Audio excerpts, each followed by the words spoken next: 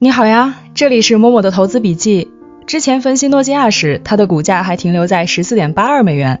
當時我的觀點很明確，公司本身沒什麼大問題，但增長預期已經被市場充分反映在價格裡了，不建議追高。最好等股價回落至11到12美元區間，再重新考量。現在諾基亞股價跌到了 9.28 美元，較之前下跌約 37%， 不僅跌破了當時設定的觀察區間，還進入了上次提到的8到10美元空頭情境。但有意思的是，股價走了空頭路徑，業務卻沒按空頭劇本發展。最新一季財報裡 AI 語音業務銷售額直接翻倍，訂單量衝到28億歐元，可比營業利潤也增長了 18%。不過報告口徑的營業利潤卻從盈利轉成了虧損。經過分析，我把評級從等待調整為謹慎增持。當前 9.28 美元的價格已經進入可以分批布局的區間，但技術面還沒確認見底，所以不適合一次性抄底，得把基本面真的在改善和下降趨勢還在持續這兩件事同時放進操作策略裡。這次財報我梳理了4個關鍵的數字，第一個是銷售額增長 8%， 第二季度淨銷售額達 48.15 億歐元，按固定匯率計算增長 9%， 數字不算亮眼，卻標誌着業務已從停滯重新步入增長軌道。第二個是可比營業利潤增長 18%， 達到 4.34 億歐元，利潤率升至 9%。簡單來說，就是每賣出100歐元的產品和服務，能留下約9歐元的經營利潤，而且這一盈利比例還在持續改善。第三個是 AI 語音業務訂單規模達到28億歐元，其中約一半預計未來12個月內轉化為實際銷售。訂單就像未來收入的蓄水池，接下來關鍵看這些訂單能否按計劃轉化為利潤表上的收入。第四個數字是 RSI 僅 30.9， 股價近1個月下跌約 34%， 已接近技術層面的超賣區間。不過 MACD 短期均線和成交量趨勢仍偏弱，這更像是跌速過快後具備了反彈條件，還不能直接判定為底部已經形成。截至上一交易日，諾基亞股價報 9.28 美元，當日上漲 1.98%。 回顧過去52周，其股價最低觸及 4.05 美元，最高曾攀升至 16.85 美元。當前價格較高點回落約 44.9%， 但較52周低點仍高出 129%。 這意味着它並非剛從長期底部啟動，而是在一輪大漲後經歷了深度回撤。技術指標方面， EMA12 約為 10.45 美元， EMA26 約為 11.52 美元，仍呈空頭排列。 MACD 指標為 -1.07， ADX 則達到 30.8， 顯示下降趨勢仍有一定強度。值得注意的是，布林帶下軌約在 8.79 美元， RSI 與 KDJ 也均處於低位，短線或存在反彈可能。接下來聊聊估值。諾基亞經過這輪回調，估值已經從明顯透支預期回到了可以討論的位置，但還算不上閉着眼睛買的深度低估。按2026年每股盈利大約 0.40 美元計算，當前預期市盈率約 23.2 倍，按2027年每股盈利 0.49 美元計算，會進一步降到約 18.9 倍。用今年盈利算市盈率，就像只看一個人現在的月薪估身價，沒考慮他明年會不會漲薪。如果 AI 語音訂單順利轉化，2027年盈利更有代表性。但如果訂單只停留在紙面上，23倍對傳統設備商就不便宜，市淨率大約是 2.3 倍， ROE 大約 9%。 這個組合說明市場仍然給了它一定成長溢價。賣方平均目標價約 15.21 美元，明顯高於當前價格。不過這個目標仍然隱含了比較順利的訂單轉化和利潤率改善。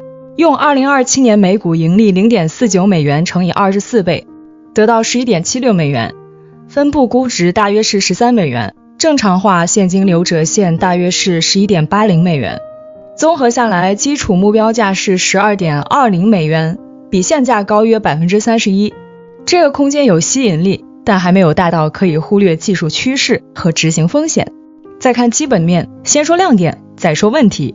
亮點最集中的是網絡基礎設施，第二季度銷售額達到 20.37 億歐元，同比增長 12%， 營業利潤率從 6.4% 提升到 8.1%。AI 語雲業務銷售額約 4.46 億歐元，同比增長 105%， 是最明確的增長來源。集團可比毛利率是 46%， 可比營業利潤率是 9%， 也就是說每賣出1歐元產品和服務，大約有4毛6是毛利，最後留下接近1毛的可比經營利潤。放在網絡設備行業裡，這是不錯的盈利基礎。ROE 大約 9%， 用杜邦分析拆開看，主要由正常化净利率、偏低的資產周轉率和溫和的權益乘數形成，不是靠大幅舉債硬撐。净現金和有息投資達到 27.76 億歐元，給重組和研發留下了緩衝。貝塔大約 0.8， 歷史波動通常低於大盤，問題也很實在。報告口徑，營業虧損5000萬歐元，規模利潤只剩500萬歐元，說明重組和收購成本不能忽略。移動基礎設施銷售額雖然增長 6%， 利潤率卻從 12.2% 降到 11.6%。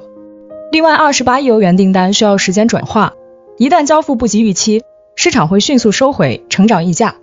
所以這不是簡單的全面復甦，而是 AI 網絡加速，傳統移動網絡承壓，重組又壓低報告利潤。關鍵是增長業務能不能跑得比這些拖累更快。我基於最新公開信息重新梳理了3種未來12個月的情景。波頭情景給 25% 的概率，價格區間是15到18美元。它需要 AI 與雲訂單高速轉化， IP 和光網絡保持 18% 到 20% 增長，可比營業利潤接近止盈上沿，重組後現金流明顯改善。條件一起兌現，市場會把諾基亞重新定價成 AI 網絡受益者。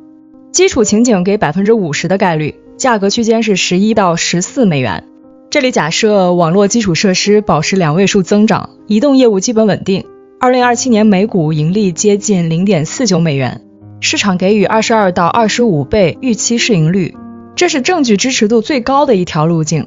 空頭情景給 25% 的概率，價格區間是 6.50 到8美元，觸發條件是訂單轉化低於預期，運營商資本開支轉弱，重組持續拖累現金流，市場重新按低增長設備商估值。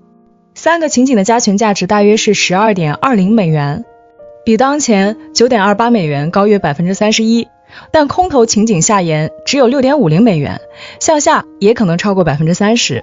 這就是謹慎增持而不是直接買入的原因。賠率開始有吸引力，但趨勢和訂單兌現還不夠確定，所以仍然不是一次性重倉的信號。最後說說我自己的操作策略，12個月基礎目標價是 12.20 美元，還沒有持倉的話，第一批買入區間放在 8.60 到 9.40 美元， 9.28 美元已經進入區間，可以建立小倉位，但不要一次用完計劃資金。這裡靠近布林帶下軌，也消化了接近 45% 的高點回撤。如果繼續回落到 7.50 到 8.20 美元，而訂單轉化、網絡增速和利潤率沒有惡化，可以考慮第二批增持，安全邊際會更厚。另一種做法是等待趨勢確認，如果股價重新站上 10.50 到 11.50 美元，同時 MACD 轉強，可以用更高的價格換取更高的確定性。別看現在 RSI 接近超賣，超賣只能說明跌得快，不能保證明天就反轉。風險重新評估線放在 6.80 美元附近，如果股價跌破這個位置，同時 AI 語音訂單連續低於預期，或者移動基礎設施利潤率進一步惡化，那就不再只是技術回調，而是基礎估值邏輯需要重做。如果你也在研究諾基亞或者 AI 網絡基礎設施這條賽道，歡迎在評論區分享你的行業看法。覺得內容有用的話，點個讚並關注支持一下，咱們下期見。